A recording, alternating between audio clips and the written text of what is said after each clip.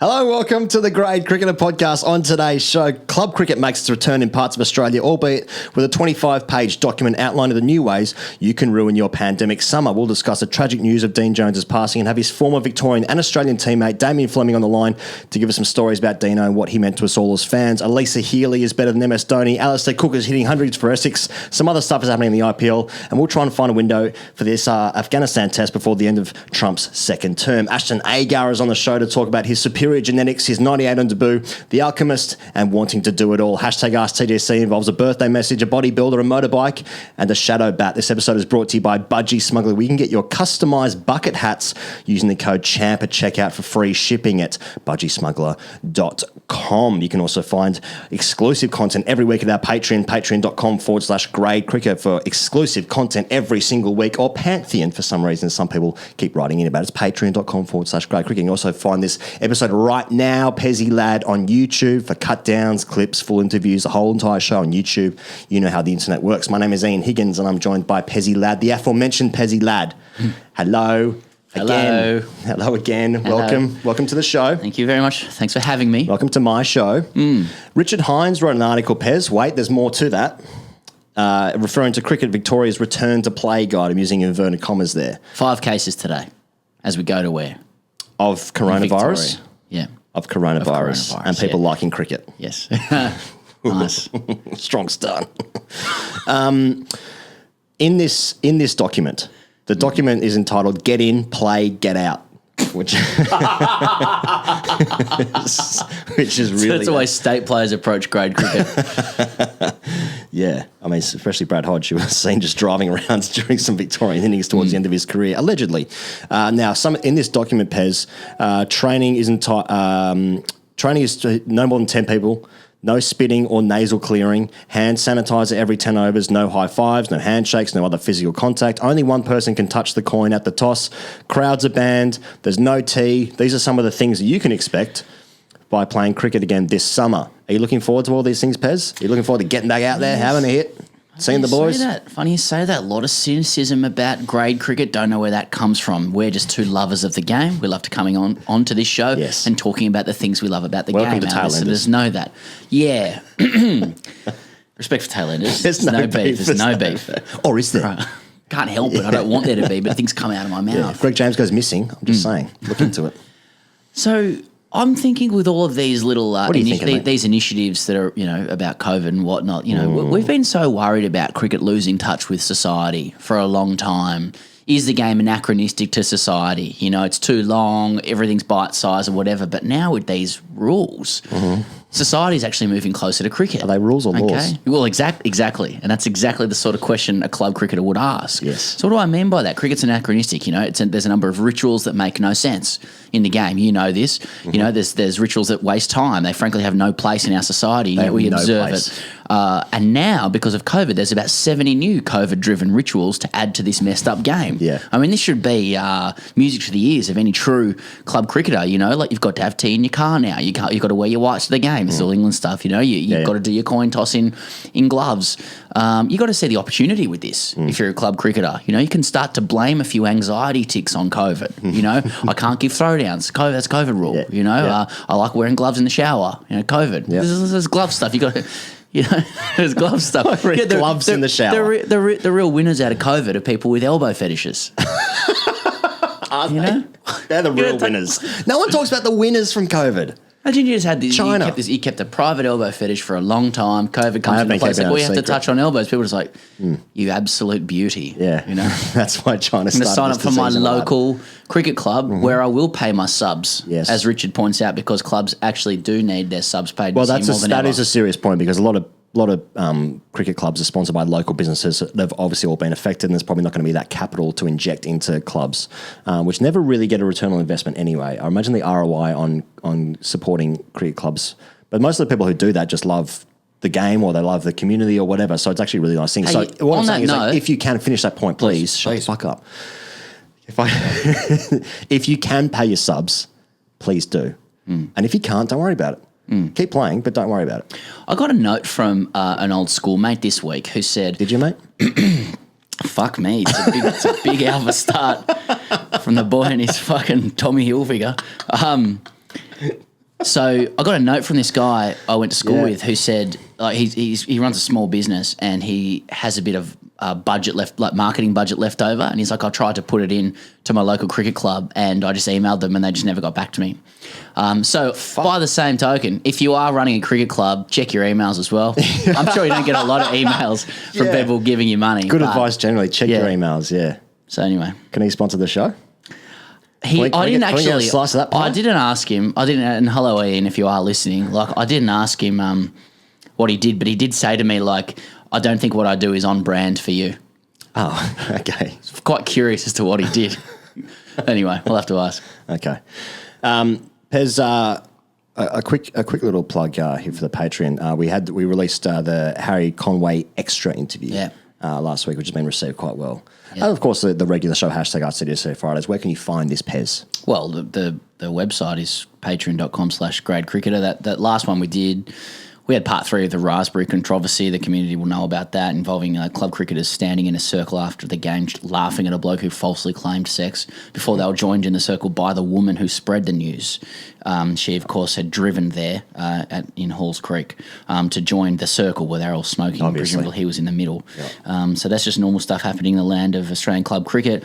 We talked about why professionals will never truly understand cricket. Yes, that's right. You can get that, #AskTDC. And just this week as well, someone by the name of Adam Zampa joined the Patreon. Oh, really? Adam Zampa joined. Very hard to get a laugh out of Adam Zampa. Yeah. So I'm just thinking if it's good enough for Zorby, it's good enough for anyone. Well, thank goodness he got that IPL money so he can throw the $5 or $10 a month. He just signed up at $5, He's not getting a tarot card rating. He's not getting a tarot card rating. Pez, okay, the biggest story of the week in the world of, well, particularly Australian cricket, but right around the world, Dean Jones, obviously sad, passing away at the age of 59 due to, it looks like a heart attack there. I'm sure many people by now have already seen all the news, especially people listening to this podcast, of course, but Brett Lee apparently spent half an hour trying to resuscitate Dean, giving him CPR just across the hallway there in the hotel room. It's a story, mate, that you messaged me about it, and it's like I wasn't suspecting to be hit the way it did, the way it did for me. You know, it's quite surprising, and it's I guess in some ways it's a little bit like Kobe Bryant when he passed away, and the effect that had in the city of Los Angeles, and he was such an iconic person. And Dean Jones, in perhaps maybe just different ways, not to compare those two, but just in different ways, was a similar thing where he's such an iconic person, particularly in Victoria.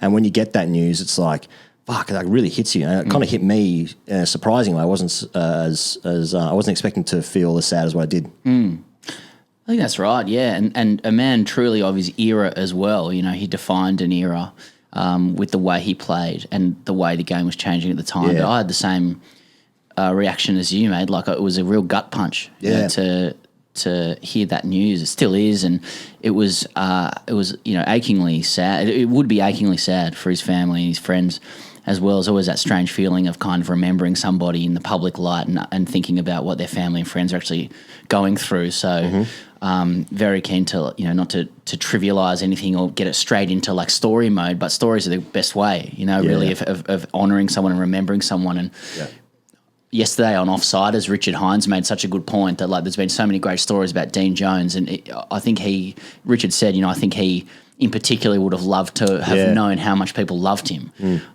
because so many people did. He was a revolutionary. We were just talking off air before, you got to place him in context. Like these days it's expected that players innovate with the way the game's going. There's an eternal race to take the game to places anew, but like Jones did it when no one was really asking for it. But for kids of a certain age like mine, what he did was make cricket that much more exciting. Like he truly did draw you into the game with the way he played. Like there are thousands of marketers out there in cricket now who are like paid to try and make cricket cool, who routinely fail with the way they do it. But Jones truly made cricket cool for kids of a certain generation. The pace, the power, the aggression, the zinc, the sunnies, and playing into our. I mean, someone said to me on the phone last week. He goes, "We're talking about something else," and they said, "You guys must be really thankful that you got him on, to interview him." And I really am. I'm really glad that we got a chance to chat because he was my hero as a kid growing up. He was my first ever favourite player, because of the reasons I just said before. And then, he was, and we're getting all these stories now, but he was the consummate alpha. He was the alpha's alpha. Yeah. Dean Jones. And, like we don't glorify that all the time. And I think there's been a lot of reflection on his alphaing and the way his life has evolved around that kind of stuff. But, like, can you imagine just for a second with the TGC hat on, like, how alpha you'd have to be to, like, captain Warne and Hughes in the Victorian side? You know, you tell this story later, but, you know, he called, like Warne said that he called everyone champ. He was champed everyone. He was the champ's champer. Yeah. You know, there's a great piece from Russell Jackson in ABC Online this week, or over the weekend, that described him as like a bullfighter at the MCG, you know, when he'd come out to bat. There's other great stories with him. You know, there's that one where he's playing in the nets. You know, he's got a net bowler bowling to him. He just keeps whipping him off his pads, and he asks the kid, "No, don't you watch TV?"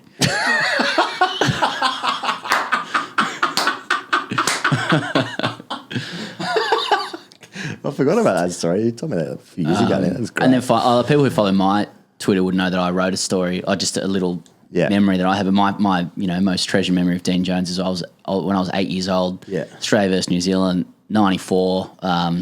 World Series cricket's a dinner break, and like there's all these kids. I was just lucky, like parents had me into the members. I was really lucky to have that opportunity as a kid, and it meant that you had access to the players who were really close to you at the SCG, and all the kids would just like just be feral asking players for signatures, and I was like too kind of timid to do that and too little, so I was like standing back while all these kids are like literally trying to like scale the walls, like banging their like miniature cricket bats, just entitled North Shore boys probably. Yeah. And I still remember like Dean Jones walking up, and he just surveyed the scene, and I knew he didn't rate the manners of it. He probably was that kind of guy, and he eyed me. And then he just whipped out these gloves from like behind his back. So he'd obviously gone into the change room to get them, and he's selected me kind of thing. I was just standing there. I didn't know, and he just tossed them pinpoint to the chest. Fuck. And I caught it. And chosen one. Oh, it was. And he mouthed like, "They're yours," because I was in shock. I was like, "What's happened here?" Because I haven't climbed above the pack to get it or anything. I was just at the back, and he was like you know, back at in those days, like. It was always the fringe players who gave signatures, I felt. Like, there were others who did it and whatever, but getting the Warnes out there and the big dogs, like the War brothers never did it. Mark Taylor never gave signatures and stuff like that. Yeah, like, it was all the good, you know, Fleming, Rifle, you know, that kind of gear. Yeah. And then, so for Dean Jones to come and do it, and it was like, it wasn't a signature on a bat. It was like Kookaburra gloves, green, like the green branding with the gold Kookaburra on property. it. He signed it. And I just took it, and like, you can imagine the seagull feral kids looking at me. I just haired off, thought he wasn't going to bat in gloves. Yeah, straight on eBay. Yeah, that night. eBay 94. That's right. Just invested in that startup. It was called Electronic Bay at the time.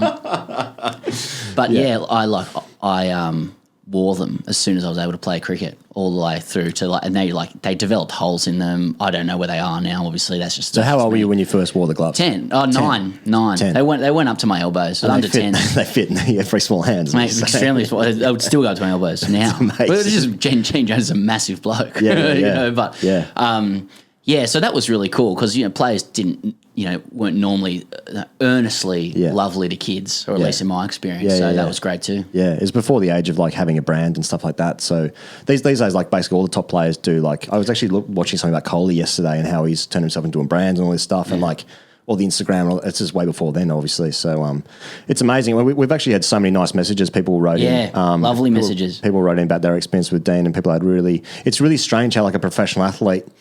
Can touch you in so many ways in the aspect of like through their athletic ability and charisma. And I think with Dean Jones in particular, he had both of those things, right? And it's amazing. And he was obviously on the show once. We met him at the MCG maybe a year ago or so. We went up to him and said, "Oh, we interviewed you." You don't expect like people would just be like in the press box, okay, cool. Yeah, did you, mate? Yeah, exactly. Is that right? Never looking at your eyes. They don't even know who they're talking to. No, but he was so generous, and he was just like, and then it was had an appreciation of how much he cared about the game, which is a really weird thing because we talked to obviously heaps of people who care about the game one way or another. But the way he was talking about, so what I found funny or interesting about him was that he was obviously such a trailblazer in the one day game, especially a test average of 46, fucking way better than what I thought. Yeah. Even that, like we were talking about Ian Bell the other week, average 40. Yeah. Like Dean Jones, 50 tests, averaging 46, fucking good. But they're just obviously a one day renegade and just a trailblazer. But also in that playing element he was, but then after his career got into commentating and sort of trailblazing a different way in after his playing days of like, and that's what we were talking to him about at the MCG that day. He was talking about the work that he was doing for the Bunker, which is in the IPL commentary. In the IPL commentary, and it's actually quite revolutionary. He was just talking about in comparison to what Australia does here and how it's so far behind and all this sort of stuff. And he was just, I don't know, he spoke about it in such a way as like, oh, you really like this game, don't you? Well, it was quite surprising because, like, with our prisms of, social understanding of cricket, it's like, well, hang on, if you're like a, all-American alpha dude, which is what he was when he played, you're champing people, you got zinc on the lower lip, you're faster, fucking you're more rocket aggressive. arm, yeah, exactly. Athlete. He was first like athlete in my. He was ahead of his time. Yeah, Simon O'Donnell, Dean Jones, that kind of That's right. It's like, well, hang on, according to our prisms, then you're meant to hate talking about cricket. You're the guy who's like really good at it, and then when anyone wants to talk to you, go, fucking last thing I want to talk about, man. Yeah. Which is all part of the brand, of course. But Jones was like, he was the physical alpha, and then it sounded like he was truly madly in love with the game. It's what you were doing at the SCG that day. Like all those kids were like, oh, all these like cricket players, how cool is that? And you're like, whatever. And then you got the prize. So, swings and roundabouts on both sides. Look, I don't profess to know Dean Jones or anything like that, but it was very small experiences that I had with him. You seemed like a really wonderful guy. And the saddest thing about it, the first thing I did when I heard the news was go on his Twitter page, and his pinned tweet was a picture with him and his two daughters. And ultimately that's the saddest thing about it, that he's obviously got a young son as well, and growing without a dad, and it's heartbreaking in that respect. But I suppose it might be a good time to talk to Damien Fleming, because he knew him a lot better than what you and I did, and he had some really nice words to say. So here that is now. Okay, we've brought Damien Fleming onto the show because he goes, it's one thing to share our own stories about Deano and what he meant to us, particularly at our age, but we thought we could add an extra dimension by speaking to somebody who actually played with him, worked with him closely as a cricketer. So Damien Fleming's been kind enough to join us this morning. Flem, welcome to the show. Yeah, hi boys. Obviously, such a sad few days, with Deano's passing, and obviously feeling so much for Jane and the daughters and extended family, and also, Brett Lee too, his heroics in trying to save Deano's life. Just hope that he's going as well as possible. But, certainly, reading all the tributes to, what Deano meant to, not only his teammates, but to the Australian cricketing public growing up, which obviously you two were part of that as well. And, it's been, in some ways sad and enlightening that, Deano would just love to be able to, be seeing all these tributes because, he was obviously a great player and, a great Victorian.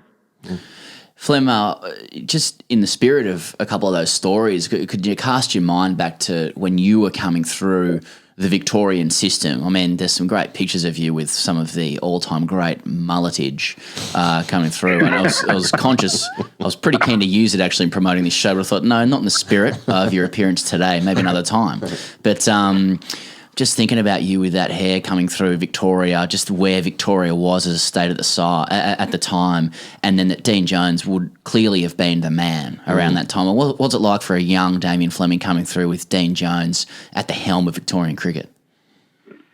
Well, he was a rebel, I remember, in the mid-'80s because, he didn't have facial hair and he didn't have a mullet.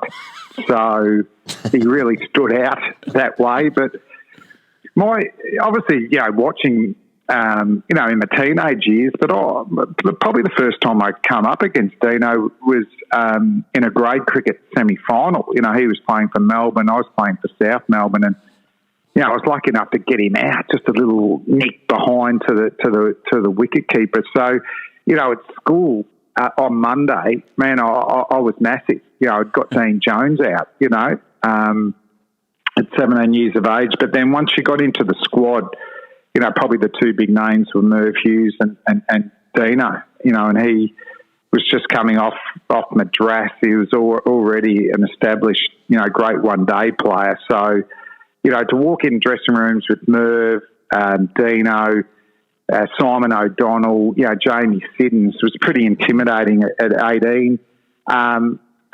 First off, I played a lot of the one-dayers when I was 18, 19, but was 12th man a lot for the Shield game. So he was just a 12th man's nightmare, Deano. if he was not out, you'd have to be watching every ball because, he might want chewies. He had different gloves for different bowlers. You had to be out there every now and again. And then when he introduced the sunglasses, he had orange ones for Larry conditions. He had black ones for light conditions. He had orange ones for that sort of stuff. So, because if you didn't get out there quickly, lads, he'd have you throwing balls to him for a couple of hours, after the day's play. You had to be right out there. So I remember this one day, I'm 12th man for the fourth game in a row. Deano's not out with Jamie Siddons. I just think, mate, I've got to get everything sorted because I don't want to be throwing balls for him a couple of hours. So did the warm-up, threw balls to Deano, hit catches to our spinner Paul Jackson for about half an hour, which was a waste of time because Jacko dropped the first one that come to him. Walk into the dressing rooms and the boys used to just let me have it. So I walked to McGear's everywhere. Like the pads would be in the spa. They used to take my boots to the roof. Merv Hughes used to sign one of my bats in big black texture, would sign his name all over it. So that was embarrassing. Going out to bat in first class cricket and you got Merv Hughes written all over your bat. That's good. And that wasn't the worst thing, boys. It was actually a misspelled Merv Hughes signature. He hadn't learned his name at 30 years of age. There's an R in Merv, Mev. Don't worry about that. Mev Hughes. So the boys used to have a lot of fun. And at this stage, I'm 18. I'm not speaking because we've got all these massive names in the dressing room. So I was I still am a heavy metal freak. We had the cassette Walkman back then. We didn't have CDs. So I used to listen to my heavy metal. I'd watch every ball just knowing I had to be out there, particularly if it was Deano. So I get upstairs, get my little Coke peanuts. Deano walks out with Jamie and, all right, I'm ready to get out there. Go press play on the cassette Walkman, doesn't work. Press play again and it's not working. So I don't care if you stick your tape in the boots to the roof and the pads in the spa. You don't mess with my cassette Walkman. So going to give the boys a spray and then I hear this, Deano's waving, he wants something. And it's just like a heart attack. God, what does he want? Oh, Jesus. So I grabbed some gloves, grabbed a bat, running out there. And you know how big the MCG is, boys. And normally the batsman would meet you halfway to help you out, but not this day. He's making me run all the way to the pitch. He's got his arms, resting against. I'm going, shit, what's he got? I'm going to be throwing balls for bloody 4 hours here. So I ran as fast as I can, get a couple of metres away, look up. He goes, hey, champ, as he called everyone. Look up, and he threw the 2 batteries from the Walkman to me.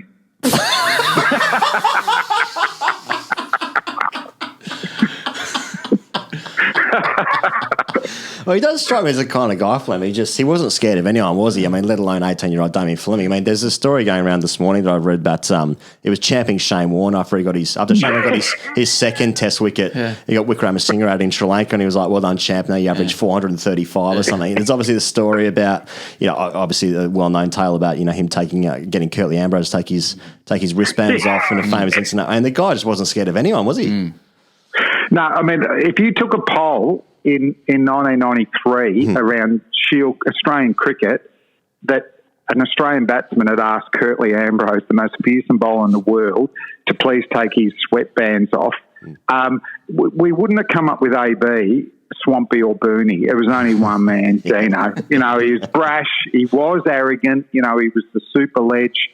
But there were times, like with the batteries, and he did have a good sense of humour as well, Deano.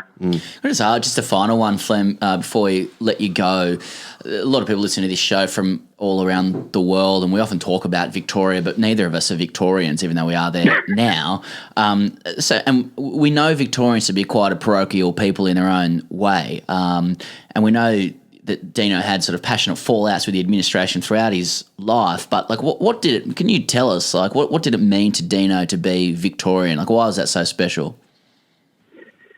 Yeah, I don't know what happened before Bill Laurie, but no one's built up. He's a Victorian more than Bill Laurie, and I reckon it's just transformed cricket culture, hasn't it? Yeah. And and particularly when Bill was in form.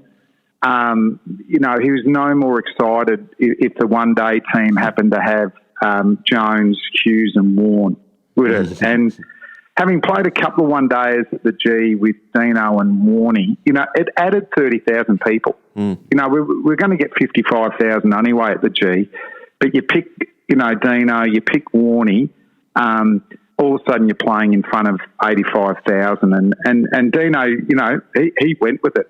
You know, he, you know, thought so much of, you know, the MCG. And to be honest, you know, he was a big performer, wasn't it? So the bigger the crowds, the more he seemed to thrive. You know, the bigger the names he was playing against, you know, he absolutely loved it. So, you know, for such a great one-day player, you know, probably, you know, his big highlights is obviously, you know, Madras, the 200 there. But also I was really pleased he got into the Cricket Australia Hall of Fame, boys. And, you know, his test record averaging 46 is well above average. You know, he was a very good test batsman. But I think with him getting into the Hall of Fame, it's a bit of an ode to one-day cricket as well, where he was the innovator. And he was an incredible stroke player. But it was the 1%ers that I loved. And, you know, a lot of people have talked about his running between the wickets, just the pure technique that batsmen are using to this day, I think will be his legacy. And I mean, he would have loved to have played these days. You know, he'd love to have been, you know, just fully professional because, you know, he did everything he could while he was playing Victoria, Australia to give himself the best chance of performing. And let's be honest, he'd be an absolute T20 Big Bash superstar these days, wouldn't he? Yeah. Flem, I know you've been doing such a great job since the news broke of Deano's passing, of telling great stories about him, and you know, we're really grateful you've decided to come on and spread them to the grassroots faithful as well. So really appreciate it, mate, and we'll catch up with you through the summer, no doubt. Yeah, thanks a lot, boys. Doing that far better than what we certainly could have, Pez, or tried to anyway. But certainly rest in peace to Dean Jones, a very sad loss for Australian cricket and world cricket, I suppose. As well. But cricket does roll on though, Pez, and should we talk about the Australia and New Zealand T20s that have happened in Australia that have been played in Brisbane at the moment, and the biggest story out of that in the last couple of days is that Alyssa Healy is now better than MS Dhoni with most stumpings ever. She's on 92 T20 dismissals, and MS Dhoni had 91. So therefore equals better. She's a complete gun, Alyssa Healy. I mean, she seems to be at that phase in her career where everything she does, you expect it to be best in the world, which is amazing. And we expect nothing less of someone at the top of the Australian order. Be perfection. Male, female, junior cricket, I don't care. Just be the best. Every time I turn on the TV, I need to see Australia winning. I need to see someone being an absolute GOAT. That's Alyssa Healy at the moment. Keep doing your job. Make me feel safe. She took a catch-up of a reverse sweep in one of the games. I mean, it's just getting ridiculous now. Didn't she stump that person at the same time as well? Different one, but yeah, it's just like, I mean, it's just, there's just when it rolls for you, yeah. She's commentating as well. Yeah. Like they're talking to her while it's happening, and she's like, yeah, just give us a sec. Yeah, when like players are a little bit too good and it's like, oh, you're quite a fair bit above this level now. Yeah. That's the level. And then you're getting the really cool and funny comments from people online like, oh, it was Mitch Stark's taking the garbage out in their relationship tonight or whatever. It's like, oh, no, maybe they just have a nice relationship and they're both good. Maybe they just both play a bit of cricket on the weekends. They probably don't. I suspect, and it's only suspicion, there would be a lot of sledging in that house, just checking the angles of their mouth when they talk. I think we did speak about this once to Alyssa, and I think that was right. I think Alyssa is the alpha in that household. Okay. If the shoe fits. Pez, before we go, well, I suppose, these games itself just prove that, okay, Australia is fully professional and they are so much better than England's the second best team in the world, but they're so much better than New Zealand, unfortunately. Yep. That's kind of and Australia should be winning every game. But saying that, there was a stat going around on Twitter. Now, I haven't written this down, it's off the top of my head, but they've won something like the last 10 tournaments or series that they've been in, either been Tests or the Ashes or the T20 World Cups. They've won 10 in a row. They went down in that it's getting a little bit America's Cuppy, you know? Well, not really. I have an insatiable appetite for this. I was in England when England won the World Cup in 2018, the women's team at Lords. Huge moment for the country, huge moment for cricket over there, and good, it lit a fire in me and it lit a fire in the women. Fucking apparently I want 10 years of this. Domination. Fucking oath. Absolute domination. Mate, it'll swings and roundabouts. Enjoy it. Healy, get the blade. Hundreds. Sixes. Pez, back in the side. Wareham starting to turn them. Lanning. I don't care. Wins. You don't care who does it. Yesterday, turn on the TV. Oh, yeah. My 2-year-old's just woken up from his afternoon nap. You know, my wife, Tori, you know, Ted's mum, is much more disciplined on his screen time than I am. She's a better parent, she's more imaginative, and she has a better sense of his cognitive ability, given she's a paediatrician and what he needs at the You're moment. a podcast, don't put yourself down. Good point. Good point, actually. You did a couple of good tweets this week. Thank you. And Sort of my tweets, but yeah. Okay, we good? Don't fight on there. That's right. Stream of consciousness with Ian Higgins. My guest this week is Sam Perry. It's still going? Yeah. As long as I forget we're on air. Have your sip of water. I've had 9 coffees today. Yeah. I'm sorry. That's right. There's a couple weeks to go of lockdown. Yeah. And he's sitting on the couch watching the TV, right? And Tori's like, oh, can you turn the TV off, please? And I'm like, he's just watching the cricket. And she's like, turn it off, please. I'm like, it's the women. The women play, this could be good for him. I was like, okay, interesting. all right, this is good. This is good for him to see. Yep. And I'm more like, he just needs to see victories. So there you go. When Australia won the World Cup, just before the pandemic hit, that was like days before we went into like global lockdown. I just like seeing Australia win at the MCG, win World Cups at the MCG. It's all good. Not asking for much. Not asking for much. Just be the best at the sports that we choose. And then when we're not so good, we don't care about it. Mate, this like is the America's Cup. We had this entitlement as children, right? Because Rightfully Australia so. was very good, Yes. and it's been hard to adjust. You know, it was really it wasn't until our early 20s when we had to deal with the idea that Australia could be the underdog in a cricket match. Do you know what I mean? It took a very, very long time. I didn't Not there yet. Don't speak for me. Exactly. And so it's been a little bit of time in the wilderness, and by wilderness I mean not dominating cricket. Yeah. And now the women are in the middle of a really big dominating phase, and I'm not gonna waste my enjoyment of it. I'm not going to apologise for the fact that some are more amateur than the women. Yeah. I just want victories. I want trophies. I want silverware. Well, there's too much uncertainty in the world otherwise. Biden's not going to get a go. Wouldn't have thought so. You know? Yeah. We don't. No, I'm the same because, like, so for instance, as you know, I'm a Liverpool fan, Pez in the Premier League, and like this is the time where I'm just fucking soaking it all up. I'm watching every game. I'm watching United lose and just soaking that up. Are you watching? Okay. And it just you have to immerse yourself in it deeply, and that's when these games, because it won't last forever. Exactly. I mean, in my mind, it will last forever, and it should, and it should, and rightfully so. But when it stops, I'll just watch the reruns. Yeah, exactly. Which is what England do with the 1966 World Cup, obviously. There's what I do want to say though about this, because we've spoken about racism and Black Lives Matter and stuff in the last couple of episodes.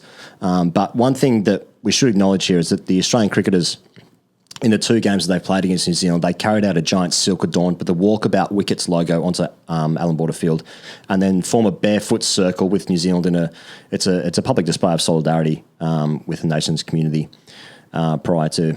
First match since home soil, since the emergence of this Black Lives Matter movement, etc., which we saw in the UK. So, whilst we've been, I think, fairly and rightfully critical in the past, you have to also celebrate the successes and the victories of the Australian team doing this engagement with the Indigenous community in Australia, because I think it's really, really important, and I think that's a really good thing that it should be doing, and I actually would like to see it for basically every game for this summer. Thoughts? Yeah, well said. No, nothing more to add. No need to chat more if there's some actions, symbolic or otherwise, being taken. It's good.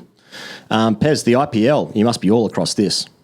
Mate, they need a mini for this. We've talked about this off air. Like, I want to follow India the IPL. don't give a fuck about anyone else watching this except for India. They don't care. They don't care because it's so inaccessible. It's so inaccessible. We don't need to blame India. I'm blaming India and China a bit. Well, always. No, don't say that. Oh, no. We got hacked last time. Hacked again. That was a real thing. I did a tweet about 6 months ago about Xi Jinping, and I got the spelling wrong, and someone just wrote the other day saying, I spelt Xi Jinping wrong, ta-ta, and it was a Chinese bot. Yeah. So you need to be careful of that stuff. Did I tell you? Did I talk about it on air, or did I just tell you a different person that I'm talking to? No, I did a tweet about. This is going to sound poor in context. I did a tweet something about ISIS like almost 10 years ago, but it wasn't a joke tweet. It was just I made a comment to it, and then a bot sent me a beheading video in a Twitter DM. So just be careful what you're doing out there, Pez. Anyway, to the point. What are we talking about? Thank you for that. Stoinis hit him well. Stoinis scoring runs. No, I want the IPL. Bring it to me, but I need it like... It's not accessible. Yeah. Well... Give me a cut down to fit it into my life. I want 10 minutes, 15 minutes, 20 max, max of the 20, games. But if you can give me 10 minutes on YouTube, somebody, whoever's got the rights, KO, I don't mind, you know? It's Star Sports India, but they're not selling it on.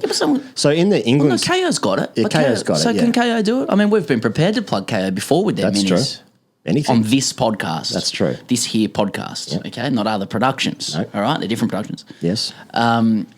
Give me that and I'll watch it. But at the moment, it's kind of like there's a clip here and there. Someone's done a good save in the outfield. Mm-hmm. Stoinis has hit like 2 sixes, and that's all I get. And I get 15 ads either side of it.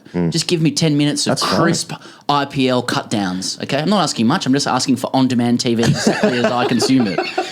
In every format. Very specific. I want a 3 minute, I want a 5 minute, I want a 10 and a 20. Okay? I want to look at like a 12-minute one and go, well, I thought so. Anyway, let's talk about the decline of media. Yeah, that's what the IPL, what IPL chat is. No, it's just, it's so true, because during the English summer, the ECB have a great YouTube channel. Yes. And so does a great cricketer. But yeah, so I like that. It's just succinct, clean. Australian summer, same thing. IPL, it's like I'm basically I get a notification of, Stoinis hits a big 6, and it's like Stoinis goes large in the IPL, and I just look at the scorecard and he got 8. Yeah. He got 8 off 6. Went large though. Good shot though. Good stuff. So that's kind of my, I don't know, I just find it very, I don't know what any of it means. I keep coming back to this with the IPL. I'm but I don't sure know. that we would love it if we watched more of it. No, absolutely. Just make it more accessible. But India don't give a fuck about making it accessible for me because they've got 1.3 billion people in their country. But Australians and can there's make it more 14 accessible. people here. They don't have to cut it down. Just whoever buys it, just make it. Make it. Send it. Maybe they're not allowed to. Someone make it. It's a rights issue. Well, so get in touch with us. Show is sportsy by Star Sports. Get in touch with us to let us know if it is India's fault that we can't follow the IPL the way we want. If it's China, we'll know because we won't be able to access our Facebook page anymore. Yeah, that's right. All this podcast. That was just a warning shot. Well, one thing you did show me is Shikhar Dhawan's glasses, his Oakleys, which are just some of the best things you've ever... I mean, it's like festival on roids. It's unbelievable. Not saying that Shikhar Dhawan's going to a festival or on steroids necessarily. Although, I'm not saying he's not. Yep. But there's like giant Oakleys and they're just like, I think there might be light enhancing glasses. Now, they do place the occasional grade game under lights, a T20 game. Right. Would you be wearing light enhancing glasses? For like pure technical purposes or for fashion purposes? I don't think they're mutually exclusive. Yeah, let's just say yes. I mean, it's not going to happen for me, so just for the dramatic effect of this conversation, yes. Yeah, I would. Would you? 100%. Yeah. Even during a sunny day. Yeah. Just get those bad boys on. I need to show. I'll put a picture up on YouTube that you sent to me. They're great gear. Yeah, they're really good gear. In fact, I think it was like Dean Jones was also a pioneer of sunnies, like in short form cricket. Was he first speed dealers? Yeah, possibly. Oakleys, I think, as well. Yeah. And Alan Border was concerned about his ability. Can you be wearing speed dealers that aren't Oakleys? Like I'm talking like service station sunglasses that you get if you put 12 pounds in your car. Right. You drive down the motorway. Go around the M62. Yeah, okay. You live in the UK, did you? Get yourself a little pastry. I score lots of runs over there, mate. Don't worry about that. You having a stroke while you're talking or what? Why hasn't your neck moved? You seem to be blocking off your throat as you're talking. Oh, yeah, Tugger. We've got a Tugger dream coming up soon, actually. Steve Waugh, that is. Yeah, that's true. Yeah, no, I'll wear him. Yeah.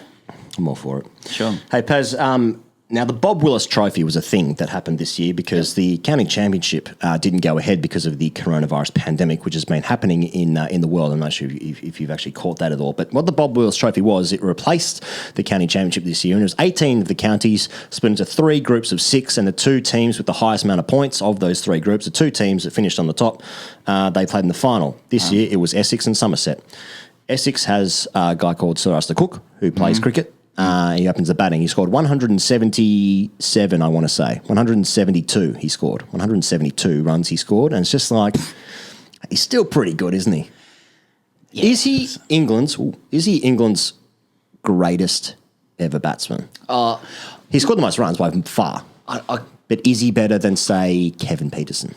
Oh, right. Yeah, probably. I'd say I put a lot of stock in longevity with that stuff. Like with great respect to KP, who's eight or so thousand test runs.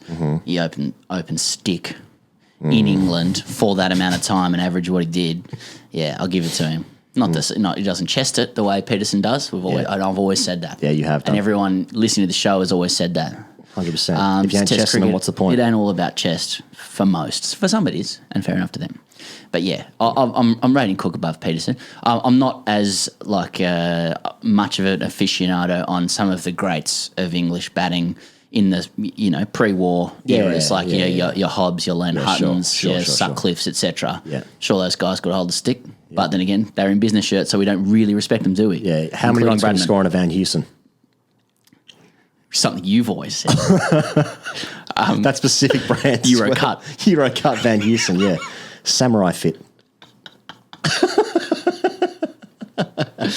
Anyway, so Cook's got extra runs and Essex won the game. Always a bit like unnerved. So on Cook's 100, because he's obviously retired from international cricket, and it seems like he sort of kicks around for Essex, as and when, as they say. I don't know why he's still playing.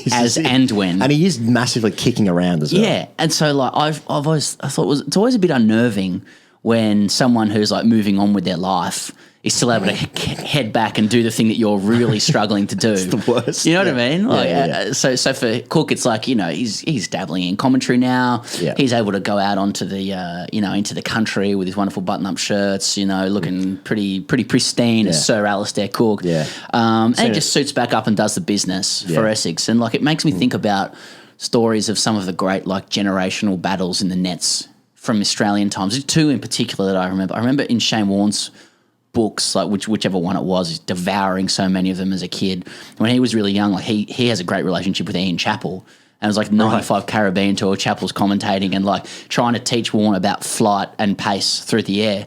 And Warne describes Chappell getting into the nets, taking the bat, no pads or anything, just dancing down the deck and smashing the ball back over his head. Like Warne's bowling to Lara and Keith Arthur and Richie Richardson and these guys and doing pretty well. Yeah. And there's Chappell in between tests without any kit. Ian Chappell smacking over his head. When you're batting in the nets and with like against like a leather ball, like a real life 156 gram ball, 156 gram. And then you hit it and it doesn't, like the vibrations go. I'm not even talking about like not middling it, like towing it or whatever. I'm thinking about you middling it. It feels weird in the hands. It feels all wrong. Yeah. And you just keep your legs away in case it spins back into your shin. Not Ian Chappell. No. Then his brother Greg. There's another story of this. This will be better. So Greg Chappell's the coach of Australia A during their like Australia A series 94-95. Right. And who was he? He was trying to like, I can't remember the exact story, but he's trying to teach some lesson to the young bats. Whether it's Ponting or Langer or fucking something. And he goes, just fucking look. Let me show you. Goes in full kit, facing just Greg Chappell. Facing, Merv Hughes, Paul Rifle, Joe Angel. Just to show them, like just get inside it. Yeah. And I mean, those guys are significantly older now, obviously, so it's hard to think that they were just suiting up and doing that. But never think of them as young. But there's always that deference to the Chappells as well from the guys that we look up to because they're just like, it'd be the same with us and Mark Waugh or whatever. I don't know. Greg Chappell's always been 55 to me. Yeah. Okay.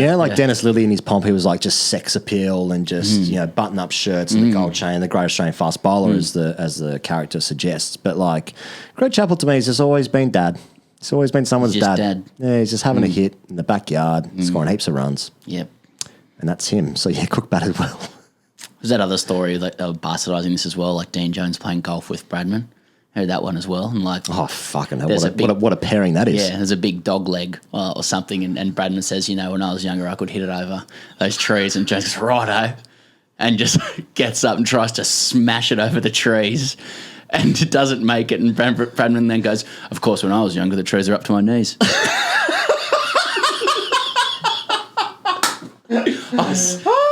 That's a number one after dinner story. I'm sorry if you've heard that for the 18th time. Why is everything with Bradman funnier? Everything. Anyway. Another young guy, Tom Lammonby, 20 years old, left-handing opening batsman for Somerset. He's got 116. Nice sort of like circle of life stuff going on because Alistair Cook bats left-hand and he's at the end of his career, you know what I mean? Okay. Yeah. Lefty's got a ton. Yeah. Sorry. Left-handing is cheated, of course. Yeah. Alistair Cook would have played fourth grade if he batted right-handed. There's anything? One last thing before we go to Ashton Agar, which we've already done. Very interesting chat. Very good chat with Ashton Agar coming up. But the Afghanistan Test and New Zealand ODI fixtures have been postponed. That were going to be happening in the Australian summer this year. The Afghanistan Test was going to be played in the beginning of December, I want to say, Pezzy lad? Yep. Beginning of December. And they're going to try and squeeze that in now before 2023 is what they've said. So if they can just try to find a little window there. How much they just not want to play against Afghanistan? Oh, no, it'd be great to see CA step up around playing some of the lower tier nations, frankly, around Bangladesh, Afghanistan. Those things would be great. Every time you invest in those teams, it's great for everybody else. Of course, there's a dollars and cents issue with all of that sort of stuff. It would have been great to see Afghanistan out here, Rashid Khan or whatever, huge for those guys. Yep. Cricket's massive over there.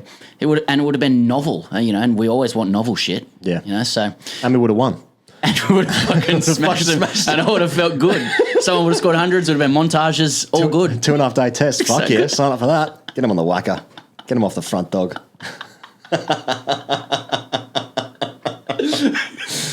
So, I don't get it. Why I don't know why you didn't do it. Fuck, what is it that test isn't offering? Yeah. There's something for everyone, except for Afghanistan, who would have been beaten heavily and handsomely. So, yeah, there's that. But when you think about in the England summer, Pez, though, I said it the last few times, West Indies took 50% pay cuts. Pakistan came over to the UK and, I don't know, I just feel like it's unnecessarily harder. They're making it unnecessarily harder. But I guess if they got India coming over, they're going to make the entire play so India can come over, everything's secure, so India can come over because then Cricket Australia get that big old payday. Because they make more money from the Indian series than they do the Ashes even. Yeah. So it feels like that. They still got to sort the TV stuff out. Got to sort the TV stuff out, man. TV stuff we've got here. Where are we up to with the TV stuff? Where are we up to, first we have conflict of interest, so we can't say too much. We keep saying that 7 people listen to this going, you guys ain't got to show this. You understand? You understand that, don't you? Look, we've got a conflict of interest. Please send us a 7 pin as well. We never got one of them. Never got one of those. We're doing this thing with Star Sports India this year. Are we not just looking at a couple of wounded alphas? 7 and CH, a couple of wounded alphas at the moment. They just need to cut a few games from the BBL and get on with it. Yep. So we can have a show. TGC. Gives us a show. Yeah. Anyway, I need to know if they're playing because I need to know how to unslop this rig I've got at the moment. Got an exercise bike. Yeah. But need to know if I can get a haircut. No one cares about that. All right, Ashton Agar is coming up on the show, and then after that, hashtag us TGC. Okay, here goes this bloke. He stands at 6'2". He's 6'1.5", but I'll round that up. Sure. He's supremely athletic, a great fielder, destructive batsman. He's taken a hat trick for Australia, played all formats of the game. He's only 26, and this is all a little bit of a holdover because he's deferred a law degree. Yeah. So he's just passing the time here. Right. It's the modern cricketer, Ashton Agar. Ash, welcome to the Grade Cricketer. Guys, thanks for that introduction. Bloody hell. I really cling on to that deferred law degree, so I appreciate you mentioning that. We'll ask you that. We'll ask you about that in a second, just in terms of how it relates to your identity, etc. Everyone's got a brand, especially blokes sitting across me. But given you seem to play about 5 years for every junior rep side possible, Victoria, Australia, etc., in the under-19 side when you were 8, then you play for your country at age 19. I suppose the question is redundant. What is your relationship to grade cricket? Redundant, you reckon? Well, the boys in WA, there's this myth that they reckon I just hate playing club cricket, and that's a myth. I do enjoy playing cricket for UWA Cricket Club, University. You're just reading that off notes in front of you. You have to check what club the team you play for is, yeah. Oh, I read the notes last night. I was well prepared. And Richmond as well, obviously, in Victoria. So, to be fair, they gave me a crack when I was really young, when I was 15 and played my first T20 in first grade for Richmond and did well. And so I'm pretty I owe them a fair bit for doing that and exposing me to men's cricket pretty early. Yeah, there it is, 15 first grade cap. Yeah, feels about right for an Australian national, 15. So you have to do your apprenticeship early in the lower grades when you're sort of 12, under 10, something like that. Play second grade. Yeah, it was tough. The older boys were bumping me in the nets when I was 8, and that was it. No. I had to go to bed after the first grade net. Oh God! Have you ever played a grade before lower than first grade? I've played second grade. That's in Premier Cricket. That's the lowest. And then, but I did play for McKinnon, my local club when I was young. I played in the fours there and a bit of threes as well. And then, when I moved to Richmond, Jared Luffman put me straight in the twos. So that was very lucky. Actually, strike me as you and your brothers, Wes and Will as well, just strike me as just genetic freaks, great athletes. You're probably good at 4 different sports. I'm guessing scratch golfer, maybe even plus 1 or 2. Yeah. Footy player. I mean, are you one of those guys that's good at all sports? Big hands. Yeah, mitts. You know, the thing is because we grew up just playing outside together. All we did was play, cricket in the summer until you couldn't see the ball, or you broke a window, you punched one of your brothers. That's all we did. And then in winter it was footy all day and all night. So we're outside playing sports together all the time. And, you're practicing. But I could work on my golf. I'm not great at golf. I can hit the ball, but I'm inconsistent. Because I also played outside a lot as a kid, and I do a podcast with my mate. Yeah, so I don't play for Australia. I reckon it's something. We just played a lot outside. Next thing I know, I'm playing for Australia. Yeah, we had a backyard as kids. Yeah. And, just hit it around. And I'm playing first grade at 15. I really don't know how to answer that. What's you meant to say? I guess I do have big mitts. Yeah. I feel for you, fellas. I really feel for you. I can wrap my hand over my head. Yeah. So be it. Yeah. Like a palm of basketball. Yeah. Like Kawhi.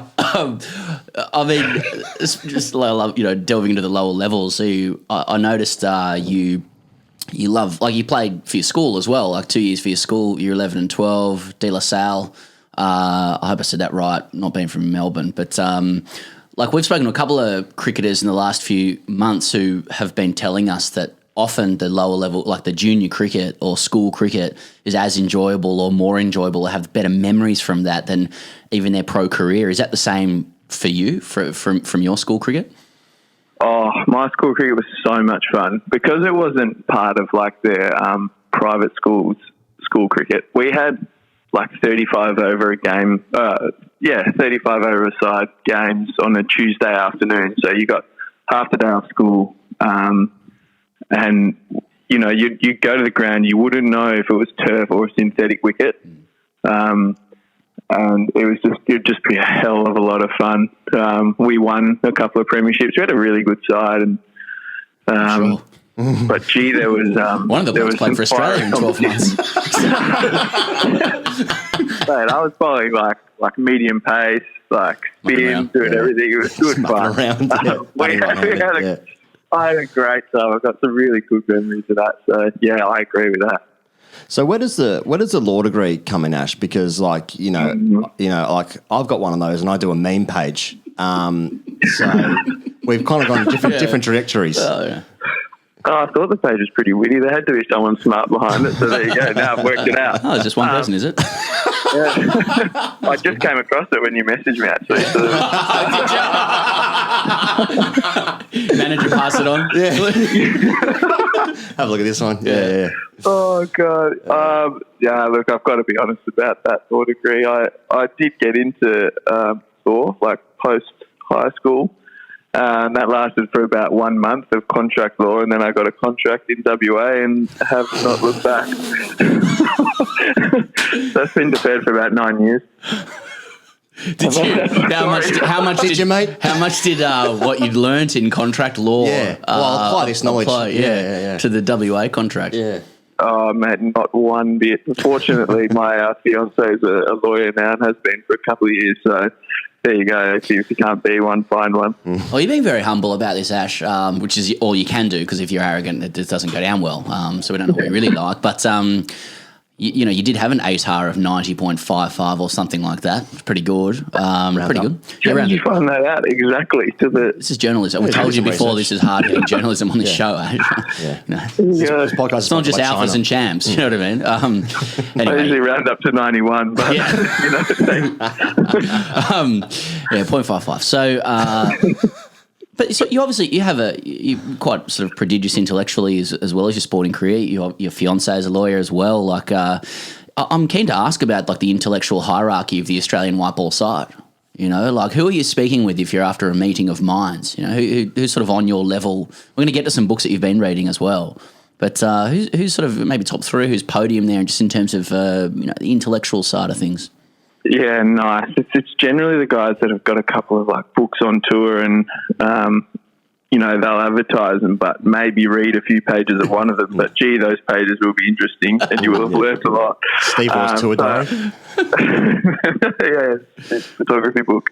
The top is that the one that's $200? $200? Sorry, we'll talk about that later. Yeah, no, it's for charity. It's for charity. Yeah, it's all right. It's just COVID. Oh, God. People got heaps of money at the moment. Oh God! Did you buy it? No. He's a doorstop. Who have we got? I would say, Pat Cummins, it just completes him. Wizard cricketer, smart guy, bit of a rooster. Like he's doing all right, isn't he? So he's up there. I like chatting a lot to Marcus Stoinis. Really, really deep thinker about just about everything. Explores his mind in different ways, with his psychologist, and he's really professional in that aspect, but he also just likes learning stuff. So he's really good to talk to. And then number three, this is where it starts to drop off. Marnus, the intellectual cliff. I'll leave that one there, but I'll tell you. Didn't. One of my favourite, I'm gonna call out a staff member here just because he's got a funny nickname. So Andrew Weller, and his nickname is Knackers. I don't know why, but he's a smart guy. He's funny to talk to. He's got us all in stitches all the time. But I just think because he's so smart, he's so funny, and he's always teaching us something new. I wonder where cricket fits into your, to take us in a different angle now, Ash, but I wonder where cricket like fits into your life for you, because Pez was saying before, he's a very well-rounded chap, and I feel like cricket is like, whilst it's an important part of your story, but it might not necessarily define you. Is that sort of how you feel about cricket? Yes and no. I think there's like a bit of an inextricable relationship there, sure. Like who I am and how cricket has shaped me. I don't think you can pull the two apart so much because it's been such a big part of my life for so long. But I think growing up, having wonderful parents, always supporting you and telling you that you're capable of doing anything, you grow that belief. I always believed I would be someone or something, and I didn't know 100% what that would be, So that's I think why I worked really hard at school, because I wanted to do well.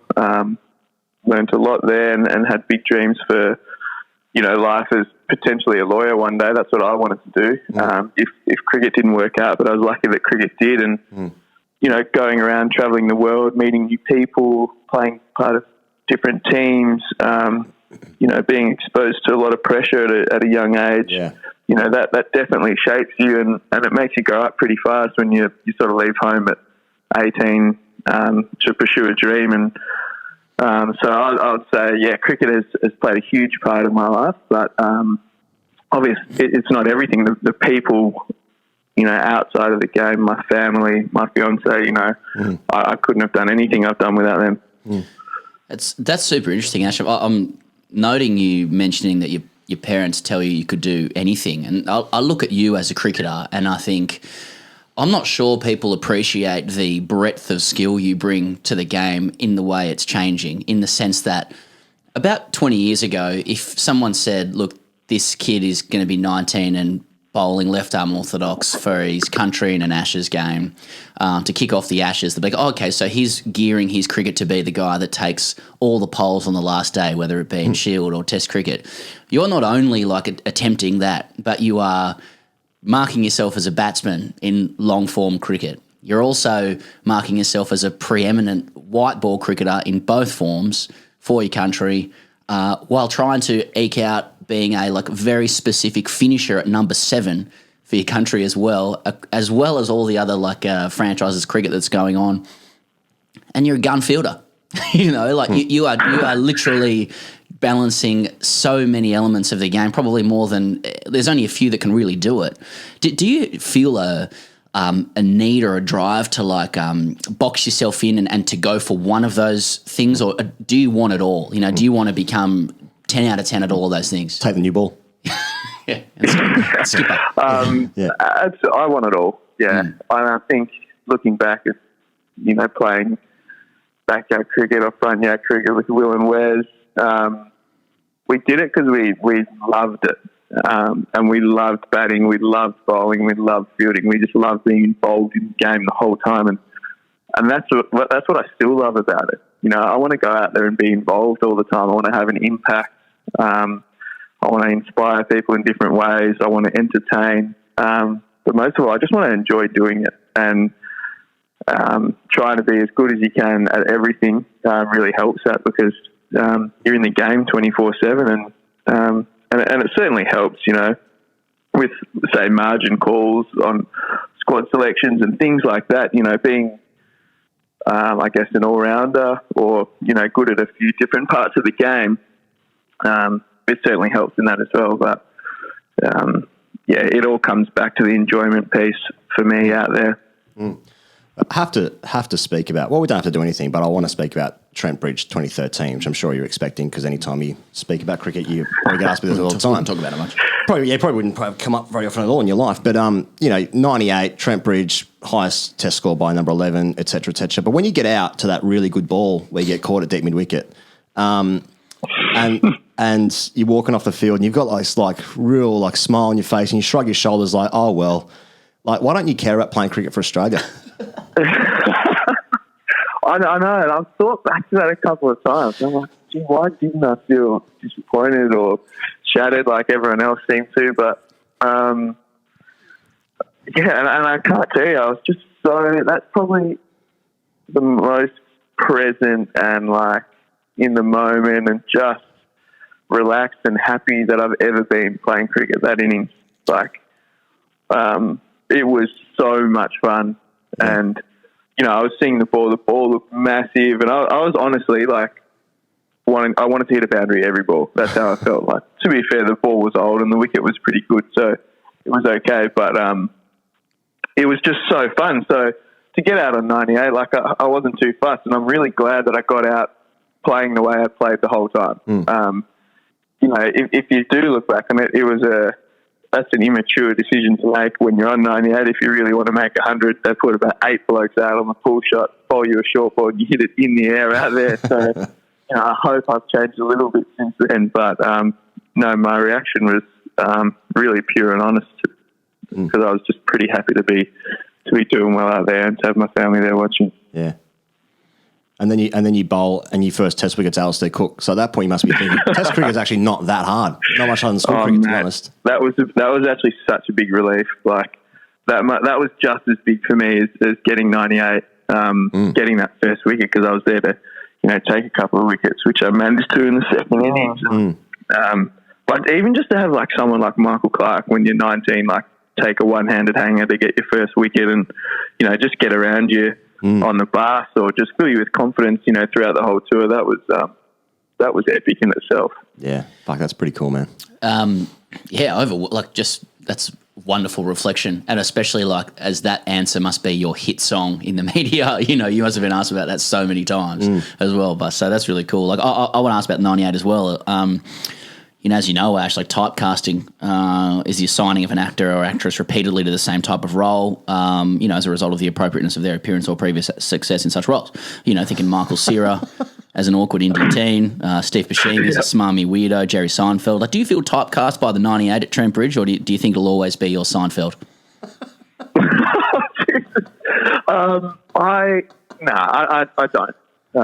It's just a moment that happened at the start of my career, and it was probably tough because I think people expected a lot of me every time I played since then. And I remember there were articles about my rise and downfall by the time that I was 21, and I was like, hang on a minute, I'm 21. I'm not finished yet. So I think people expect a lot of you after you do something like that. But gee, it's nice to look back on knowing that you've done that before, and that you've done that at a young age. And I still feel like I've got a long way to go. And I should, because I do. So, it keeps me really excited. And yeah, like I said, I just want to be as good as I can at everything. Awesome. A couple more, Ash. I just noted, always got to trawl the guest social media ahead of the interview, and I just noted you chucked up an Insta story last night because we follow you. I don't know if it goes the other way around, but no, you did reply to the DM. So it's a story, and it's just you've screenshotted a quote from a book. It's The Alchemist, and the key line in it is. When you want something, all the universe conspires to help you achieve it. Book club stage yet with the international team, but more importantly, what is it that you want? Yeah, The Alchemist is just such a nice book because I think everyone relates to it in some way or another, and they find their own journey within that. But I've read it a few times now, and each time I read it, like I'm a little bit older, and I find something new in it. And I actually like what it said before that about doing things with love and purpose. The actual little passage before it talks about putting things out into the universe. It is really important. So for me, what do I want? I want to do whatever I do with that love and purpose and the belief that I can still be anything that I want to be. To do as well as I can, to contribute as much as I can, to inspire as much as I can is what I want out of cricket. And I also want cricket to help me provide a good life for my family one day. And then after cricket, well, I don't really know yet. But I've got good belief that whatever it is, I'll hopefully enjoy it, do it with great love and purpose, and do well. You're not 26. You're not 26. Shut up. I'm not going to ask more questions. I mean, that's sensational, mate. It truly is sensational to hear. And I'm giggling because this is on YouTube, but I'm giggling because I'm thinking about you talking about Michael Clark, and a couple of years ago he said, if we're nice, we won't win shit. And now you're saying, you're talking about playing with love and purpose for your family. I mean, if anyone thinks Australian cricket isn't changing, then listen to this interview. Ash, thanks so much. You've got to get off the training now, so we really appreciate your time, and hopefully we can catch up with you while you're in the bubble, because all of you guys have more time to do great cricketer interviews now. Yeah. No, thanks a lot, guys. I was pretty stoked when you asked me to be on the pod because I was jealous of everyone that was on it before. So thanks a lot. Great questions, and hope to do it again soon. He goes, the world is in a state of tumult, if you will, and you've been saying that. There's lots of change going on. There's a lot of talk of revolution, that you need a revolutionary mindset at the moment. So in order for us to fulfill our commercial responsibilities, I thought we'd talk about revolutionaries. Okay. So great friends at heads up would have been nice. great friends at Budgy Smuggler. Yeah. Putting together for this summer, if you are Australian, Che Guevara bucket hats. Cool. I've got 3 points left now from the 4 I originally had. Sorry, mate. Sorry. Okay. Mate. Let me guess the others. That's okay. Mark Waugh. Custom bucket hats, okay? Get your bucket hat, put your custom design on it. We're going to give you a few revolutionary ideas here. So Che Guevara, of course, a few leftist revolutionaries, if you will. Che Guevara, good footy player too, do you know that? Yeah? Yeah. I did not good know rugby that. union player, Che Guevara. That's legit? Yeah, legit. For scrum half. So you would have played a bit of cricket then as well? Well, yeah, footy in the winter, cricket in the summer. 100%. Of course, yeah. 100%. And revolution, always. Yeah. Got those revs up. Yeah, Rosa Luxemburg, Trotsky, Bernie Sanders, etc. On the right wing, they don't normally need to do revolutions because they're just, making money for people. So, no point.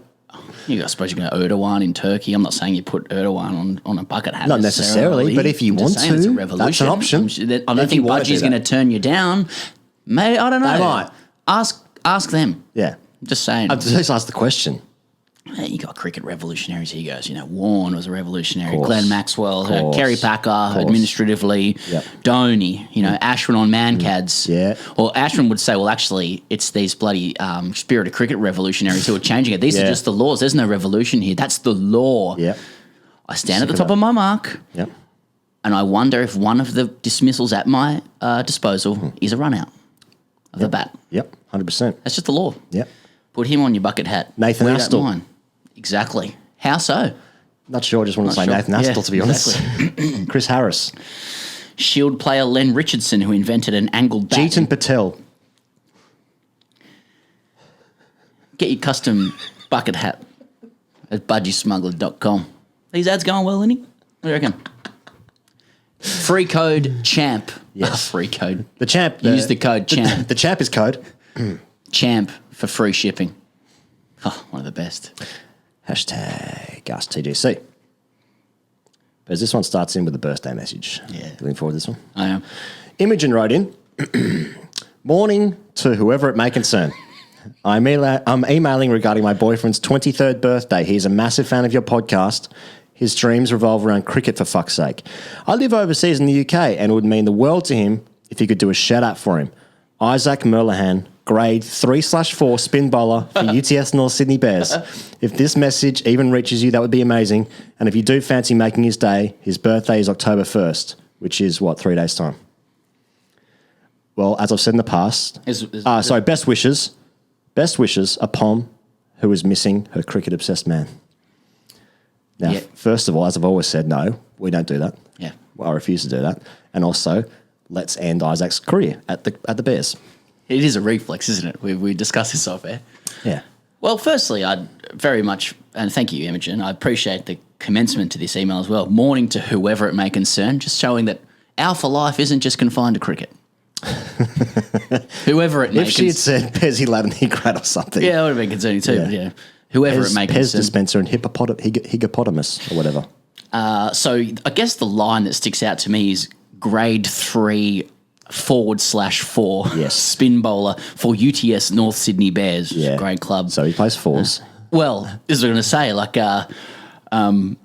It wouldn't be great if he played fives and he couched it as 3s and 4s to people at home. Yeah. He played in the 3s, 4s trial. He's not anticipating this conversation because it's a surprise. Mm-hmm. Yeah, 3s. What grade are you playing over there, Isaac? Oh, yeah, 3s and 4s. Yeah. Went to see how he went this weekend, but no grade below second grade started yet. Yeah, of course. Of course. Do you think this message is finding Isaac well? Yeah, I think it is. I think teammates? Imogen has just done a really lovely thing. He loves his podcast. Yeah. He's a grade 3/4 It's a lovely message, yeah. spinner. Yeah. So who's made the mistake here? Well, he's obviously from the UK. He's come over for a summer to play 4s. Now you've made some leaps there. Yeah, not sure. Well, couldn't she have been over here? A Pom who is missing a cricket-obsessed man. Well, so I presume he's away. So are you saying she could be a Pom that they met here? Yeah, they met here, yeah. They met Circuit here. one night. Circuit. Their boyfriend, girlfriend. 100%. She's moved home. Yeah, because of the pandemic. It's actually a tragic story. Right. Yeah. And he's had to stay He's had to stay. to play. So it's not just... he chose to stay because he's got to play 4s. He's got to play 5s for the Bears. Yeah. What's he going to do, go home for Imogen? Yeah. Wouldn't have thought so. He could be playing 3s this year. Lower grades of the Bears, he's good, actually, yeah. Right. Some of the... Yeah, come on. Who are you saying? Yeah, Come on to? myself. Yeah, no, you're right. It could just be a pandemic-induced separation, not just he's come over a summer. So, you're right. Yeah. So there's that. Yeah. So there's that.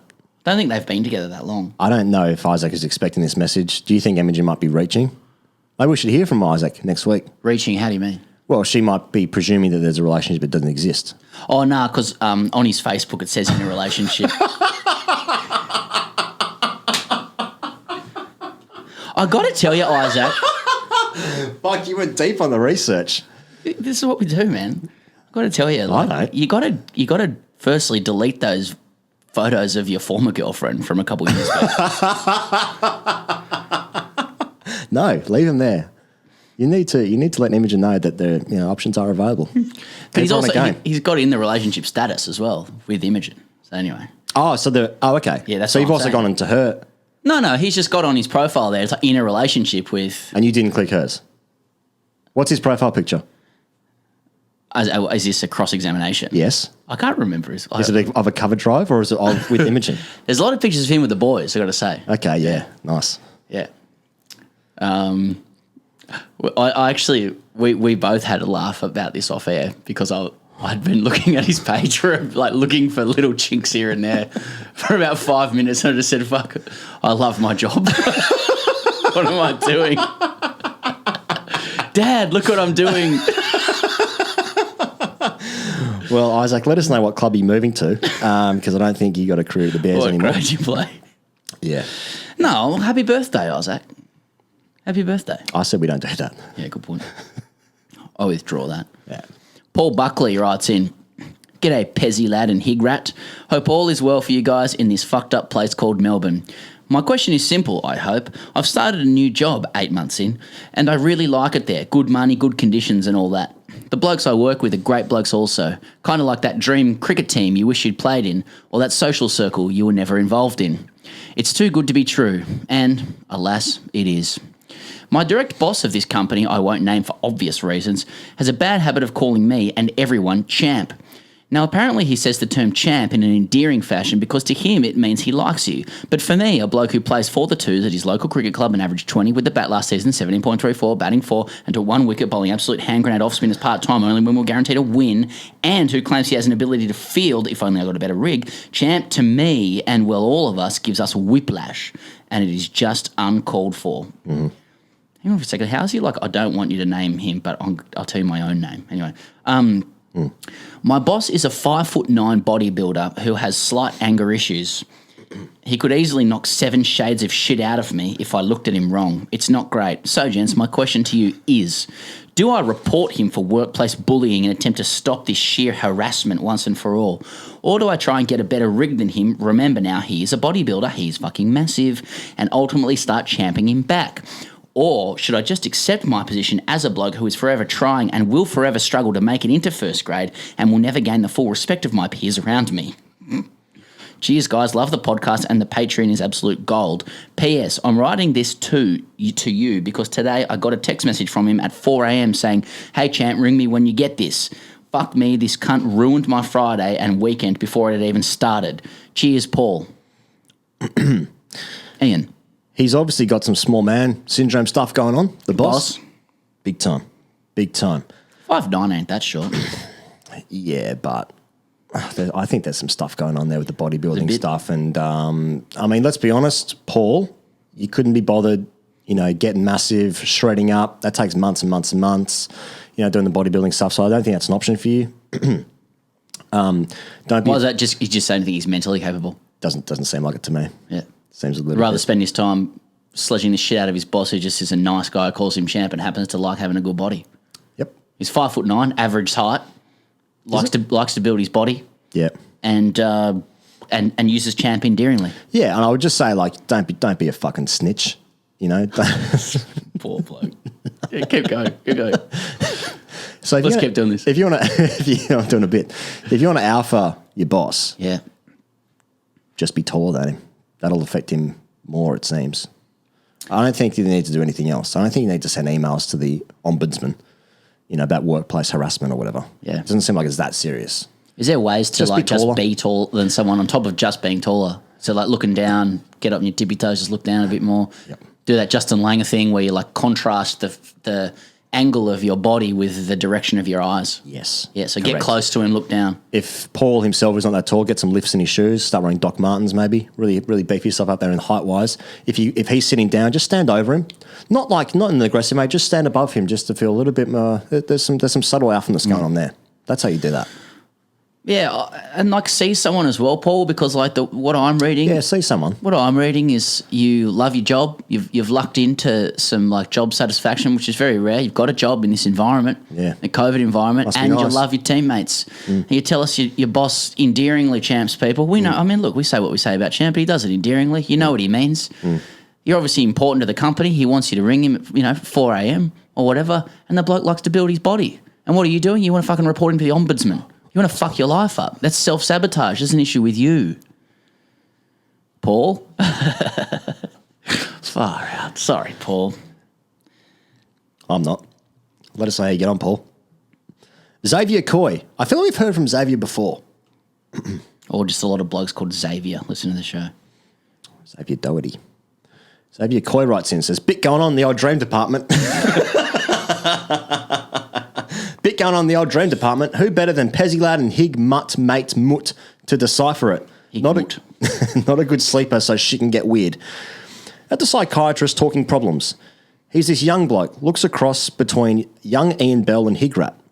Session comes to an abrupt halt when I'm diving into some family gear. He hands me a letter. I open it. He's breaking up with me. Got too many problems, he reckons. I finish the letter. It's icy. Then he starts giving it to me. You've got nothing around your legs. Got no chirp, no ticker. You're the biggest disgrace to hold the stick I've ever seen. I apologise. I go out to reception to pay, and behind the counter is Merv Hughes. He looks up at me and simply says, weak. I walk outside, and the building I've been is in the middle of a cricket pitch. There's someone standing in the middle of the ground. I walk over to him. It's Steve Waugh. He's smoking a cigar and looking up and down the pitch. Without looking at me, he says, bit going on. What? Fuck off, cunt. And then he put the cigar out of my forehead. Thoughts? Well, bit going on in the old dream department there, Pezzy. Yeah. Well, Xavier, it's a very vivid dream. Almost like way too vivid. It's almost like it didn't happen at all. It's almost like boy's got a creative mind. It's going to make mum and dad a lot of money someday.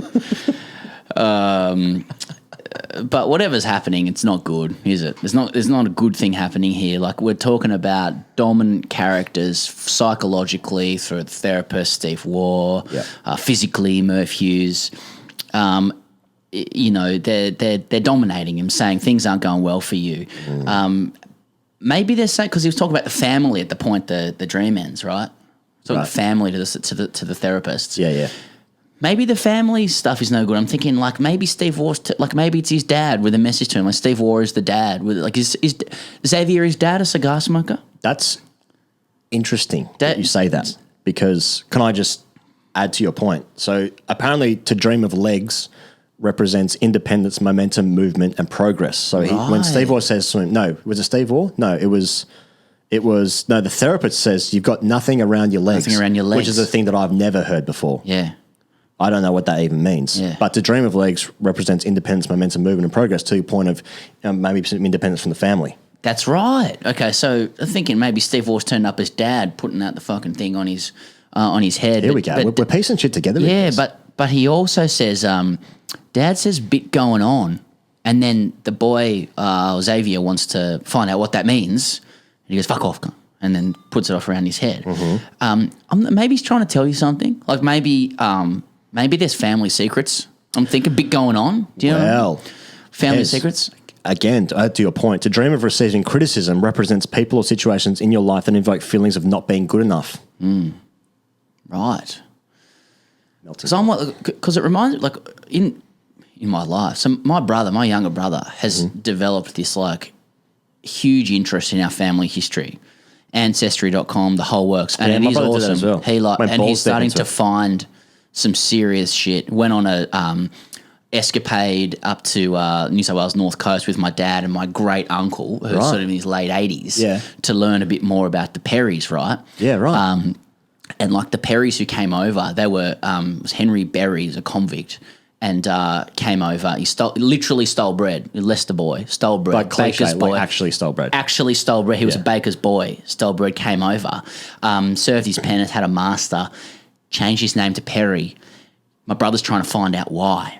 And there's a few, like, he's starting to put things together. Yeah. And my brother's starting to suspect that my great uncle is this is generations ago, long dead people. Yeah. My great uncle's holding family secrets. My great uncle definitely doesn't listen to this podcast, but he's holding a few family secrets. And my brother's like, I want to ask him, because he's getting on, my great uncle, and he's a wonderful man. Yeah.